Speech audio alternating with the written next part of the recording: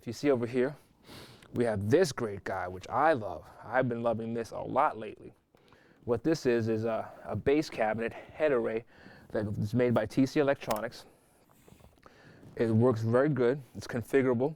Has this nice 4x10 cabinet and the sub down here, so you get an extra tone, a lot of fullness. This little cabinet doesn't even weigh too much. It fills this whole room, and it's even, we've used it on stage situations where if you want to get enough presence on the stage of bass before it gets to the sound reinforcement PA system, just this little setup works great.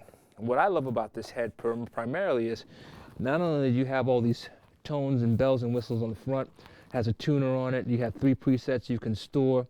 It has this true tube tone here, which gives you a little more hair, a little more warmth, a little tubey sound if you gain that up. And it has the gain here, so if you want a nice clean R&B sound with warmth of tube, you set it something like that. If you want a little jazzier, you can a little more gain and less of that tube sound. But if you want that real aggressive rock sound with the bass, you get that picked bass sound, that dun, dun, dun, dun sound a lot of the rock and rollers like to use.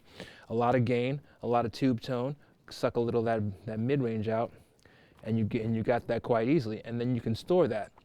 These are designed so that you can unplug it from the cabinet. It's buffered, or somehow it works where I'm not messing up anything. A lot of times people go, don't unplug that. You need to load on your amp head. You don't have to do this with this. What that allows me to do is take this into the control room, and when we're doing bass overdubs, set it right up on the credenza, plug the bass player in. It's got a tuner built right on it, and this has become my first go-to thing if I want to record bass, using it either as a direct box in the control room, dial a setting in, get the tuning happening and everything good from there. It has a digital out that'll go into the computer digitally, and also like an audition in, which means you can plug your iPod into it and play along with your favorite music. But then I can pick it up, unplug it, and put it in here and set it up with the cabinet for a rehearsal or for a full live-on bass session.